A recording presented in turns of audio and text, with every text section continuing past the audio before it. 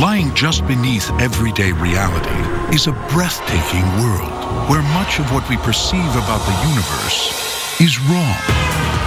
Physicist and best-selling author Brian Greene takes you on a journey that bends the rules of human experience. Why don't we ever see events unfold in reverse order? According to the laws of physics, this can happen. It's a world that comes to light as we probe the most extreme realms of the cosmos, from black holes to the Big Bang to the very heart of matter itself. I'm gonna have what he's having. Here, our universe may be one of numerous parallel realities. The three-dimensional world may be just an illusion, and there's no distinction between past, present, and future. But how could this be? How could we be so wrong about something so familiar? Does it bother us? Absolutely. There's no principle built into the laws of nature that say that theoretical physicists have to be happy. It's a game-changing perspective that opens up a whole new world of possibilities. Coming up, What if you took all this stuff away? we're left with empty space. But what seems like nothing is actually teeming with ferocious activity. What is space? It is one of the deepest mysteries in physics. Could its elusive ingredients hold the key to the fate of the universe? The fabric of the cosmos, right now on Nova.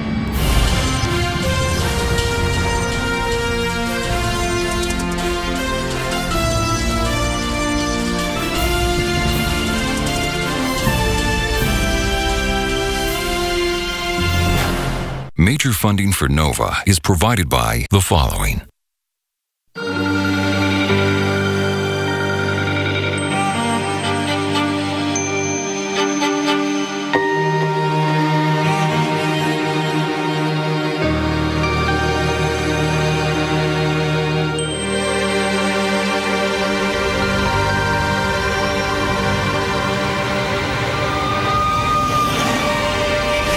We think of our world as filled with stuff, like buildings and cars, buses and people. And nowhere does that seem more apparent than in a crowded city like New York. Yet, all around the stuff that makes up our everyday world is something just as important, but far more mysterious. The space in which all this stuff exists. To get a feel for what I'm talking about, let's stop for a moment and imagine.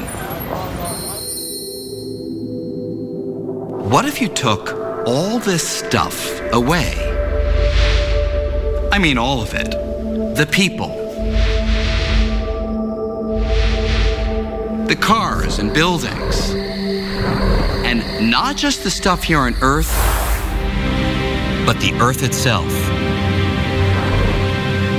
What if you took away all the planets, stars, and galaxies, and not just the big stuff, but tiny things down to the very last atoms of gas and dust? What if you took it all away? What would be left? Most of us would say nothing, and we'd be right. Strangely, we'd also be wrong. What's left is empty space. And as it turns out, empty space is not nothing. It's something. Something with hidden characteristics as real as all the stuff in our everyday lives. In fact, space is so real, it can bend. Space can twist. And it can ripple. So real that empty space itself helps shape everything in the world around us and forms the very fabric of the cosmos. Well, you can't understand anything about the world unless you understand space, because that's the world. The world's space with stuff in it.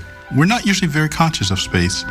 But then again, I tell people fish are probably not conscious of water either. They're in it all the time. Space is not really nothing. It actually has a lot going on inside. When most of us picture space, we think of outer space, a place that's far, far away. But space is actually everywhere. You could say it's the most abundant thing in the universe. Even the tiniest of things, like atoms, the basic ingredient in you and me and everything else we see in the world around us, even they are almost entirely empty space. In fact, if you removed all the space inside all the atoms making up the stone, glass, and steel of the Empire State Building, you'd be left with a little lump about the size of a grain of rice, but weighing hundreds of millions of pounds. The rest is only empty space. But what exactly is space? I can show you a picture of Spain, of Napoleon, of my Uncle Harold. But space, it looks like this. Nothing.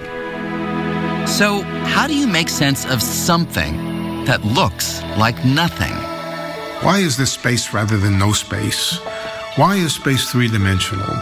Why is space big? We have a lot of room to move around in. How come it's not tiny? We have no consensus about these things. What is space? We actually still don't really know. It is one of the deepest mysteries in physics. Fortunately, we're not completely in the dark. We've been gathering clues about space for centuries. Some of the earliest came from thinking about how objects move through space. To get a feel for this, take a look at that skater. As she glides across the rink, she's moving in relation to everything around her, like the ice. And when she goes into a spin, not only can she see that she's spinning, she can also feel it. Because as she spins, she feels her arms pulled outward. But now let's imagine that you could take away all the stuff around her, from the rink to the most distant galaxies. So the only thing left is the skater spinning in completely empty space. If the skater still feels her arms pulled outward, she'll know she's spinning. But if empty space is nothing, what is she spinning in relation to? Imagine you're that skater. When you look out, you don't see anything. It's just uniform, still blackness all around you. And yet, your arms are being pulled outwards. So you say to yourself, what could I be spinning with respect to? Is there something out there that I'm not seeing? Trying to answer questions like these, scientists came up with a bold new picture of space. And the key was to make something out of nothing. Beatrice, thou hast wept this whole while. Yea, and I will weep a while longer. When you go to the theater, you watch the actors. I do confess that I love nothing in the world so well as thee. The scenery, the story. And I protest, I love thee. Well, then, God forgive me. What offense, sweet Beatrice? But there's something important here that you won't find mentioned in the playbill. Something we hardly ever notice.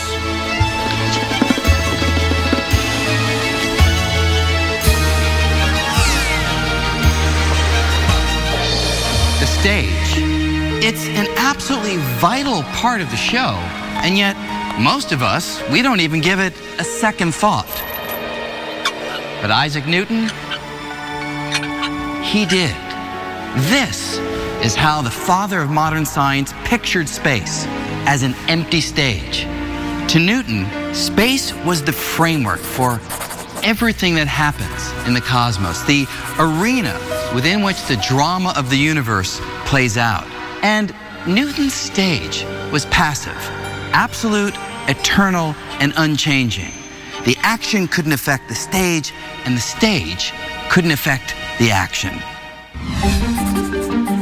By picturing space in this way, Newton was able to describe the world as no one had ever done before. His unchanging stage allowed him to understand almost all motion we can see around us. yielding laws that can predict everything from the way apples fall from trees to the path the Earth takes around the sun. These laws work so well that we still use them for the things we do today, from launching satellites to landing airplanes. And the laws all hinge on one radical idea: space is real. Even though you can't see it or smell it or touch it, space is enough of a real physical thing to provide a benchmark for certain kinds of motion, like that skater. Newton would say that when she spins, her arms splay out because she is spinning with respect to something, and that something is space itself. Philosophers have been debating the nature of space for a very long time.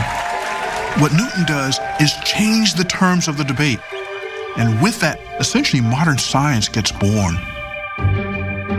Newton's stage was a huge hit. It enjoyed the limelight for over 200 years. But in the early decades of the 20th century, a new set of ideas emerged that shook Newton's stage to its very foundation. Ideas put forward by a young clerk working in a Swiss patent office. His name? Albert Einstein.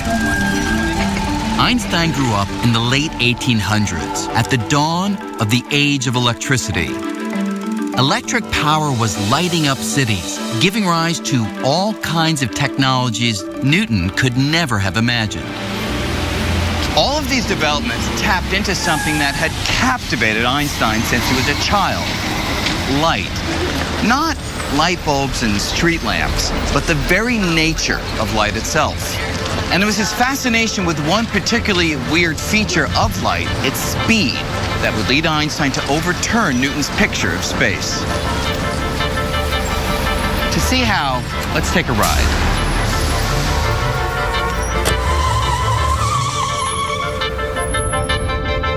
Right now we're traveling at about 20 miles per hour. And to go faster, all the driver needs to do is step on the gas, and the cab speed changes. Now, you can feel that change, but you can also see it on the cab speedometer or on one of those radar speed signs. Okay, you can slow it down now. But now imagine that instead of measuring the speed of the cab, you have a radar sign that measures the speed of the light coming off its headlights. That sign would measure the light traveling at an astounding 671 million miles an hour. Now, when the cab starts moving, you'd think that the speed of the light would increase by the same amount as the car. After all, you'd think that the moving cab would give the light an extra push. But surprisingly, that's not what happens. Our radar sign, or any measurement of light speed, will always detect light traveling at 671 million miles per hour, whether the cab is moving or not. But how could this be? How could all measurements of light speed always come out the same? If you're running at a wall, it's coming at you faster than if you're standing still with respect to that wall. But that's not true with light. The speed of light is the same for everybody. That's really extraordinary. So here's how Einstein made sense of this extraordinary puzzle. Knowing that speed is just a measure of the space that something travels over time, Einstein proposed a truly stunning idea: that space and time could work together, constantly adjusting by exactly the right amount, so that no matter how fast you might be moving when you measure the speed of light, it always comes out to be 671 million miles per hour. To respect that absolute quality about light, time had to cease to be absolute, space had to cease to be absolute, and those two had to become relative in such a way that they slosh between each other. If space and time being flexible sounds unfamiliar, it's only because we don't move fast enough in everyday life to see it in action. But if this cab could move near the speed of light, the effects would no longer be hidden. For example, if you were on a street corner as I went by close to the speed of light, you see space adjusting so that my cab, it would appear just inches long. And you'd also hear my watch ticking off time very slowly.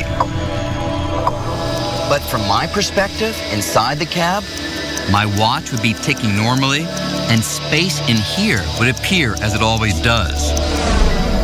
But when I look outside the cab, I'd see space wildly adjusting, all to keep the speed of light constant. So with Einstein, time and space are no longer rigid and absolute. Instead, they meld together with motion, forming a single entity that came to be called space-time. I think as we live our life every day, we live with a Newtonian picture of space and time. It's something that we're comfortable with. But Einstein was able to make reason conquer sense. And that really was the genius of Einstein. This notion that space and time are unity, to me, is one of the greatest insights that has ever occurred in science. It's so counterintuitive to everything we've ever experienced as human beings. And in the hands of Albert Einstein, this new picture of space would solve a deep mystery having to do with the most familiar force in the cosmos: gravity. Newton knew that gravity is a force that attracts objects to each other, and his laws predicted the strength of this force with fantastic precision.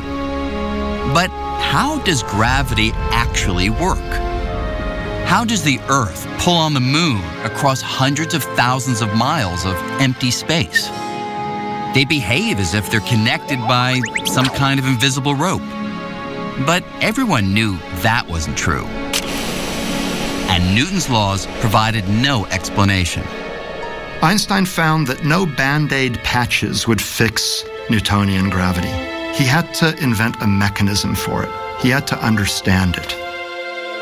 After puzzling over this problem for more than 10 years, Einstein reached a startling conclusion. The secret to gravity lay in the nature of space-time.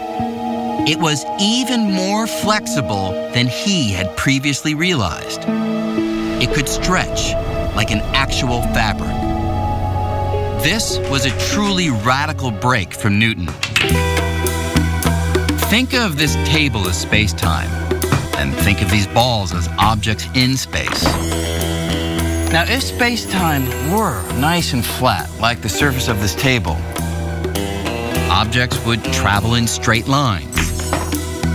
But if space is like a fabric that can stretch and bend, well, this may seem a little strange. But watch what happens if I put something heavy on the stretchy space-time fabric.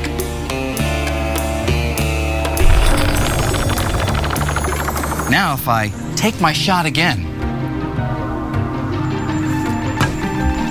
the ball travels along an indentation in the fabric that the heavier object creates. And this, Einstein realized, is how gravity actually works. It's the warping of space-time caused by the objects within it. In other words, gravity is the shape of space-time itself. The moon is kept in orbit not because it's pulled to the Earth by some mysterious force, but rather because it rolls along a curve in the space-time fabric that the Earth creates. With Einstein, space became not only real, but flexible. So suddenly space had properties, suddenly space had curvature, suddenly space had a flexible kind of geometry, almost like a rubber sheet. It opens up a whole new way of thinking about reality that describes the entire universe. Einstein becomes Einstein because of that observation. Where Newton saw space as passive, Einstein saw it as dynamic. It's interwoven with time, and it dictates how things move. So, after Einstein, space can no longer be thought of as a static stage. It's an actor, and it plays a leading role in the cosmic drama.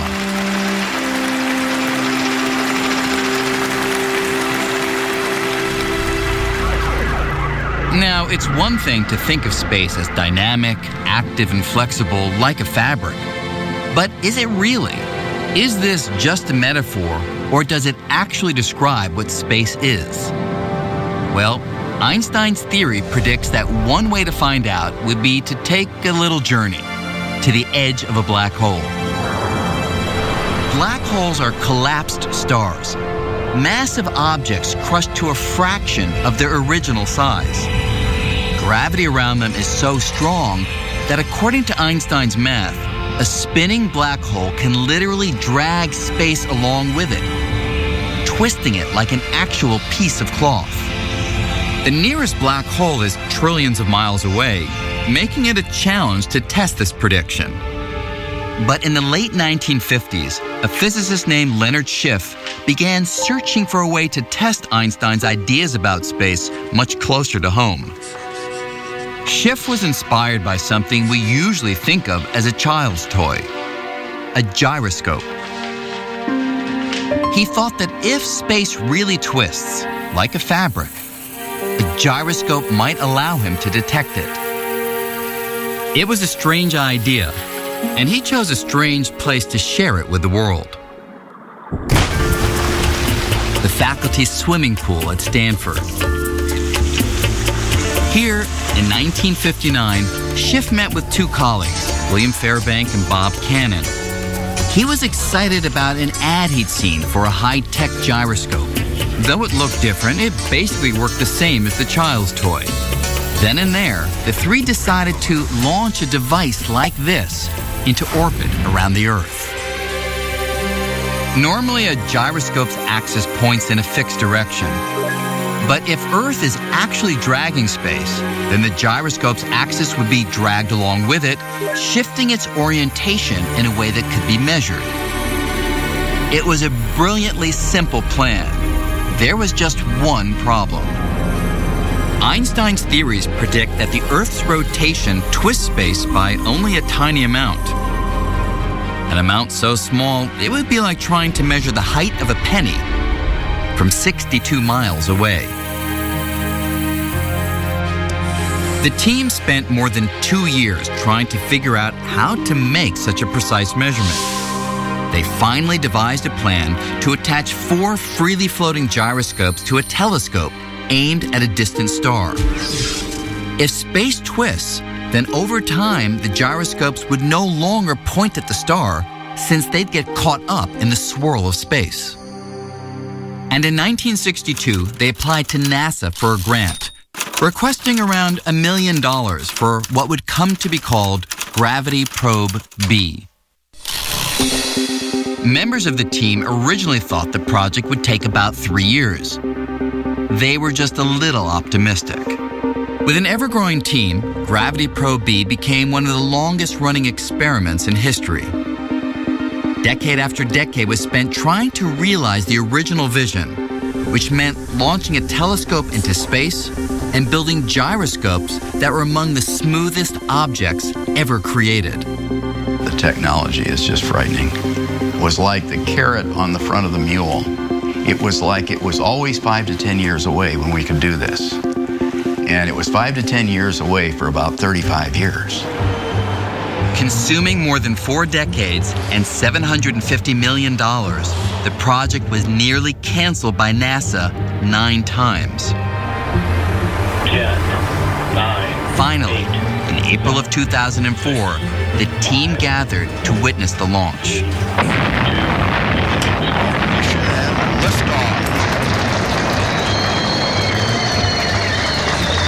Of the 3 men who sat by the pool back in 1959, only one was alive to see it. And there we were, watching. It's a terribly exciting moment in your life. Just a thrilling experience. It was flawless. 10,000 things did not go wrong. For over a year, Gravity Probe B orbited the Earth while the team nervously monitored its every move. trying to see if the Earth would actually twist space. Finally, the data began to trickle in, and there was a problem. The gyroscopes were experiencing a tiny, unexpected wobble, and to clean up the data would cost millions. With funds running out, it looked like nearly half a century of work was about to go down the drain. Then, at almost the last possible moment, two sources of additional funding emerged. The son of original team leader William Fairbank, who made a private donation, and Turki Al-Saad, a member of the Saudi royal family with a degree in aeronautics from Stanford, who arranged for a large grant. Over the next 2 years, the problem with the data was solved, revealing that the axes of the gyroscope shifted by almost exactly the amount predicted by Einstein's equations. I think it's the first time that you can actually see Einstein's effect, his drift, with the naked eye. This experiment provides the most direct evidence ever found that space is something real, a physical entity like a fabric. After all, if space were nothing, there would be nothing to twist. But at the same time that Albert Einstein was investigating space on the largest of scales, another band of physicists was probing the universe on extremely tiny scales. And there they found a completely uncharted realm where Einstein's picture of space, it was nowhere to be found. Do you see what I'm talking about? Imagine you could shrink billions of times smaller than your current size. This is the realm of atoms and subatomic particles, the fundamental building blocks of everything we can see. And when you get down to this size, the world plays by a wildly different set of rules called quantum mechanics. According to these rules, even if you try to remove every last atom and particle, you'd find that empty space is still far from empty. In fact, it's teeming with activity. Particles are constantly popping in and out of existence. They erupt out of nothingness, quickly annihilate each other, and disappear. In quantum mechanics, empty space is not that empty. It's full of fluctuating fields, full of all sorts of jittery things going on. It's a place where particles are constantly fluctuating and annihilating each other and being created again and annihilating. It's a place of chaos and bubbling. While the theory predicted this, it wasn't until 1948 that a scientist named Hendrik Casimir suggested that even though we can't see these particles, they should cause empty space to do something we can see. And he predicted that if you take two ordinary metal plates and place them extremely close together, say closer together than the thickness of a sheet of paper, then particles with certain energies would be excluded because in some sense they wouldn't fit between the plates. With more of this frenetic activity outside the plates than inside, Casimir thought the plates would be pushed together by what we usually think of as empty space. And some years later, when the experiment was done,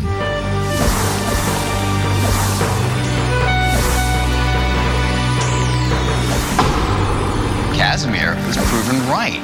In empty space, the plates were pushed together.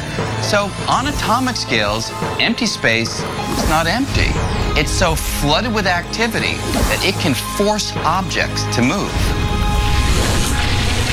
And today, the quest to understand space on the smallest scale is continuing with one of the most expensive science experiments in history. This is CERN, the European Organization for Nuclear Research in Geneva. And here, buried a few hundred feet below the ground, is the Large Hadron Collider, the world's most powerful accelerator. With a price tag of about $10 billion, it accelerates subatomic particles to more than 99.99% of the speed of light and smashes them into each other. In the showers of debris produced by these collisions, scientists at places like this have discovered a whole zoo of strange and exotic particles. And right now, they are chasing one of the most elusive. A particle thought to be essential to shaping everything from the atoms in our bodies to the most distant stars. If this particle is found, it will redefine our picture of space and fulfill a quest begun more than 40 years ago. It all started in 1964 when a young English physicist named Peter Higgs suggested something about space that was so radical it nearly ruined him. I was told that I was talking nonsense, that I couldn't be right. So they clearly hadn't understood what I was saying. Higgs and a few others were wrestling with a puzzle which comes down to this. The fundamental particles in the universe all contain different amounts of mass, which we usually think of as weight. Without mass, these particles would never combine to form the familiar atoms that make up all the stuff we see in the world around us. But what creates mass? And why do different particles have different masses? Try as they might, no one had been able to answer this perplexing question. Then, one weekend, after a walk outside Edinburgh, Higgs had a peculiar idea. Using mathematics, he imagined space in a new way, as something like an ocean. Particles are immersed in this ocean and gain mass as they move through it. To see how this works, think of a particle's mass like an actor's fame. And the Higgs ocean is like the paparazzi. Some particles, like unknown actors, pass through with ease. The paparazzi simply aren't interested in them. But other particles, like superstars, have to push and press. And the more those particles struggle to get through, the more they interact with the ocean and the more mass they gain. Higgs was convinced he'd made a great discovery. But when he submitted his idea to a journal at CERN, it was rejected. Undaunted, Higgs honed his theory further, until he was offered the chance to present it at Einstein's old haunt, the Institute for Advanced Study in Princeton. There, he expected his new idea would meet some of its toughest critics. I was happily driving up the freeway, and then there was a sign to turn off for Princeton. Now that really confronted me with what I was going into. I broke out in a cold sweat and started trembling, and I had to pull off the road to recover. But Higgs persevered. It was the first in a series of talks that would convince colleagues far and wide that he was onto something profound. Eventually, I sort of wore them down. I felt I'd sort of triumphed. So I enjoyed the parties which followed. Today, the idea Higgs pioneered, called the Higgs field, is crucial to our understanding of space. The Higgs field is everywhere. It's something that even in the emptiest vacuum of space has an effect. It gives you mass. So I think Higgs actually deserves credit for being one of the people that said space is stuff. It has properties in it that are intrinsic, that you can't get rid of, you can't turn them off. The only problem? There's no physical proof that the Higgs field exists. At least not yet. But here at CERN, scientists are attempting to smash particles together with so much energy that they will knock loose a piece of the Higgs field, producing a tiny particle of its own. It's as if they're trying to chip off a piece of space. We think that if we knock into space hard enough with particle accelerator collisions, that we can actually make a Higgs particle come out of empty space. Our whole understanding of matter as we now have it would just fall apart if the Higgs field didn't exist. I don't think anybody seriously doubts that we will see it. Certainly if we don't, that would be an extremely bizarre outcome. Finding the Higgs particle would be a major milestone, establishing that the emptiest of empty space has an impact on all of matter. But it turns out that space contains an ingredient far more elusive than anything Higgs ever imagined. An ingredient that may hold the key to the greatest of all mysteries, the very fate of the cosmos. It's a mystery that began some 14 billion years ago in what we call the Big Bang. In a fraction of a second, the universe underwent a violent expansion, sending space hurtling outward. Space has been expanding ever since. For decades, most scientists thought that expansion must be slowing down thanks to the pull of gravity. When I toss an apple up, the gravity of the Earth eventually stops it and brings it back. And just like the apple slows down with time, so too the universe should have been slowing down in its expansion because of the gravitational attraction of all matter and energy for all other matter and energy. But that raised the question, what is the ultimate fate of the cosmos? Would space go on expanding forever? Or would gravity eventually stop space from expanding, causing it to collapse back on itself in a big crunch? To solve this mystery, two teams of astronomers set out to measure the slowing of the expansion using a novel tool: exploding stars called supernovas. So a supernova is a star that ends its life in a massive explosion. They're extremely luminous. They can be as bright as 1 billion suns. What makes supernova great is that they're very similar when they explode.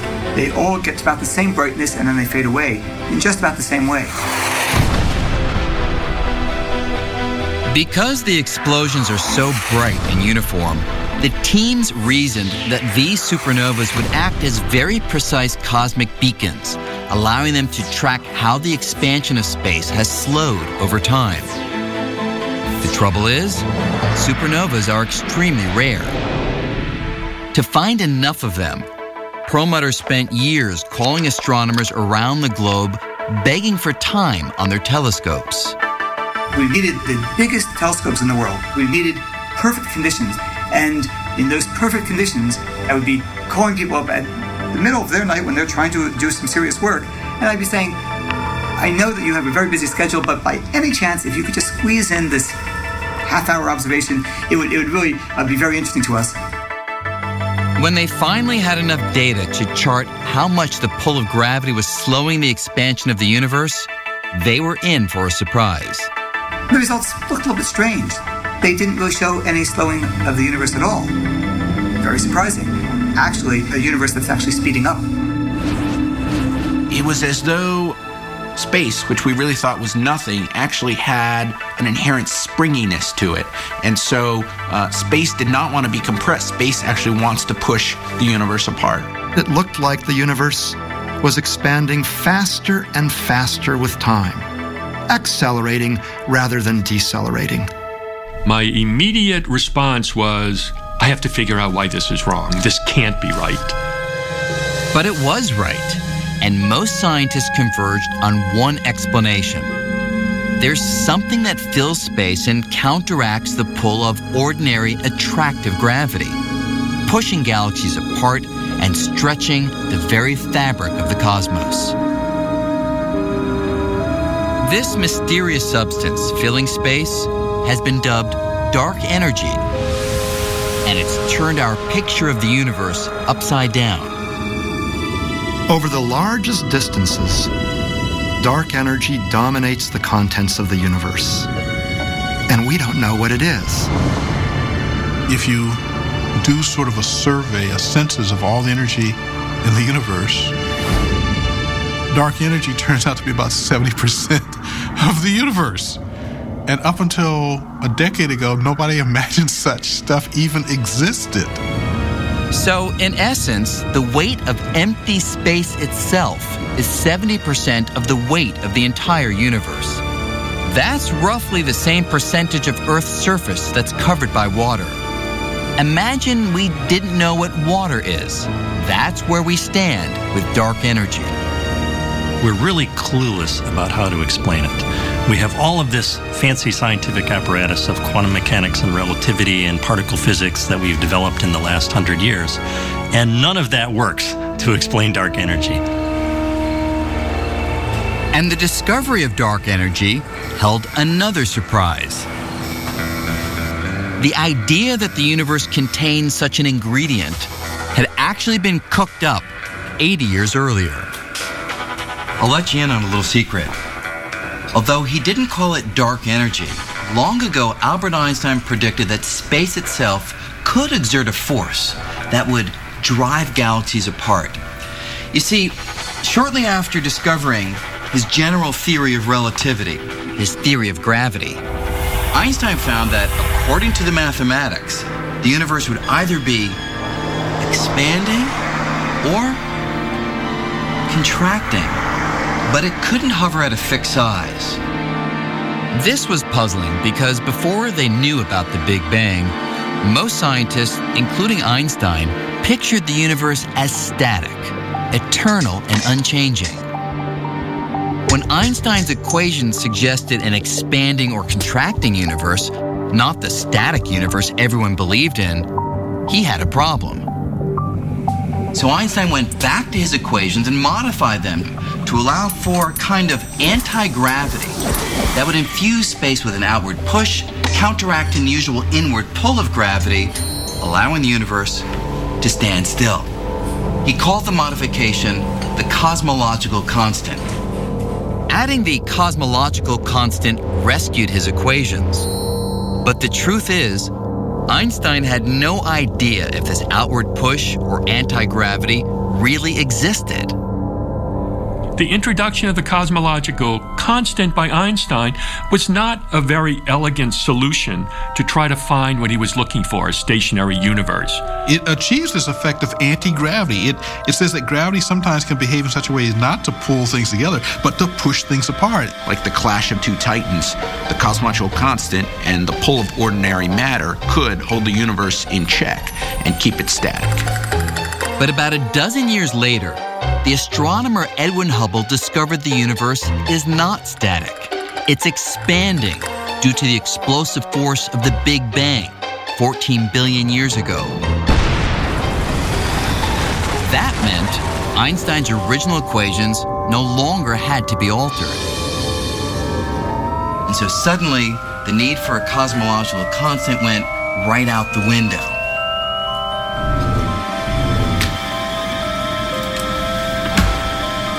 Thank you. You're welcome. Einstein is said to have called this his biggest blunder. But here's the thing. With the recent discovery that the expansion of the universe is accelerating, scientists are convinced that there is something in space that is pushing things apart. So 70 years later, Einstein's biggest blunder may rank among his greatest insights. It was something that nobody else was thinking about, but it might be that Einstein's cosmological constant is the key to understanding the expansion of the universe as we see it today. Though no one knows what dark energy actually is, it raises an astounding and troubling possibility. Einstein pictured the strength of his anti-gravity as constant. But is the strength of dark energy constant? And what if it changes over time? The answer could overturn everything we thought we knew about the fate of the cosmos. At the moment, everything in our world, from the molecules making up my body to the molecules making up the moon, is held together by forces that overwhelm the outward push of dark energy, and that's why we don't see things expanding in our everyday lives. But that situation might not last forever. In one scenario, dark energy will continue to push the galaxies farther and farther apart until ultimately they'd be pushed so far apart that the universe would become a cold, dark and lonely place. In another scenario, the strength of dark energy might increase over time, becoming so strong that it would tear apart everything within the galaxies, from stars to planets to matter of all kinds.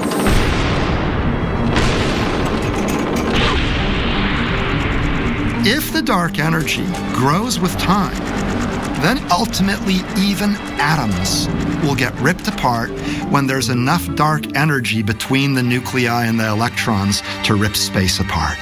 The Big Rip.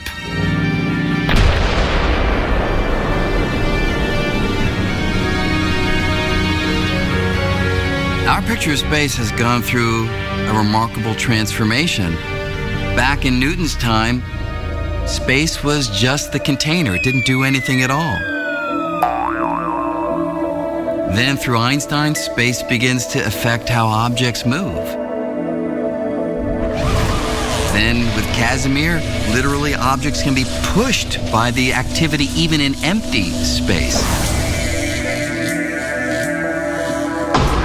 And now through the ideas of Higgs and dark energy, the very expansion of the universe may be coming from the energy of empty space itself.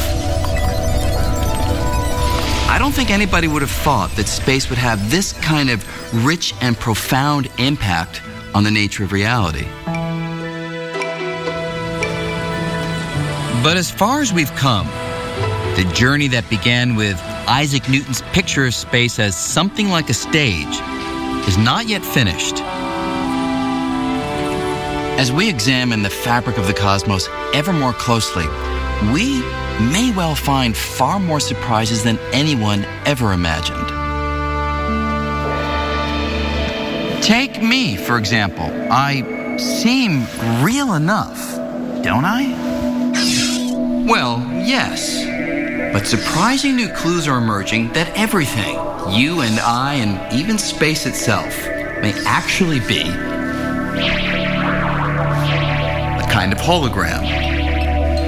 That is, everything we see and experience, everything we call our familiar three-dimensional reality, may be a projection of information that's stored on a thin, distant, two-dimensional surface. Sort of the way the information for this hologram is stored on this thin piece of plastic. Now, holograms are something we're all familiar with, from the security symbol you find on most credit cards. But the universe is a hologram? That's one of the most drastic revisions to our picture of space and reality ever proposed. And the evidence for it comes from some of the strangest realms of space, black holes. This is a real disconnect, and it's very hard to get your head around. Modern ideas coming from black holes tell us that reality is two-dimensional, that the three-dimensional world, the full-bodied three-dimensional world, is a kind of image of a hologram on the boundary of the region of space. This is a very strange thing. When I was a younger physicist, I would have thought any physicist who said that was absolutely crazy. Here's a way to think about this. Imagine I took my wallet and threw it into a black hole. What would happen? We used to think that since nothing, not even light, can escape the immense gravity of a black hole, my wallet would be lost forever. But it now seems that may not be the whole story. Recently, scientists exploring the math describing black holes made a curious discovery. Even as my wallet disappears into the black hole, a copy of all the information it contains seems to get smeared out and stored on the surface of the black hole, in much the same way that information is stored in a computer. So, in the end, my wallet exists in two places. There's a three-dimensional version that's lost forever inside the black hole, and a two-dimensional version that remains on the surface as information. the information content of all the stuff that fell into that black hole can be expressed entirely in terms of just the outside of the black hole. The idea then is that you can capture what's going on inside the black hole by referring only to the outside. And in theory, I could use the information on the outside of the black hole to reconstruct my wallet. And here's the truly mind-blowing part. Space within a black hole plays by the same rules as space outside a black hole or anywhere else. So, if an object inside a black hole can be described by information on the black hole surface, then it might be that everything in the universe, from galaxies and stars to you and me, even space itself, is just a projection of information stored on some distant, two-dimensional surface that surrounds us. In other words, what we experience as reality may be something like a hologram. Is the three-dimensional world an illusion in the same sense that a hologram is an illusion? Perhaps. I'm inclined to think yes, that the three-dimensional world is a kind of illusion, and that the ultimate precise reality is the two-dimensional reality at the surface of the universe. This idea is so new that physicists are still struggling to understand it. But if it's right, just as Newton and Einstein completely changed our picture of space, we may be on the verge of an even more dramatic revolution. For something that's such a vital part of our everyday lives, space remains kind of like a familiar stranger. It's all around us, but we're still far from having unmasked its true identity. That may take 100 years, it may take 1,000 years, or it may happen tomorrow. But when we solve that mystery, we'll take a giant step toward fully understanding the fabric of the cosmos.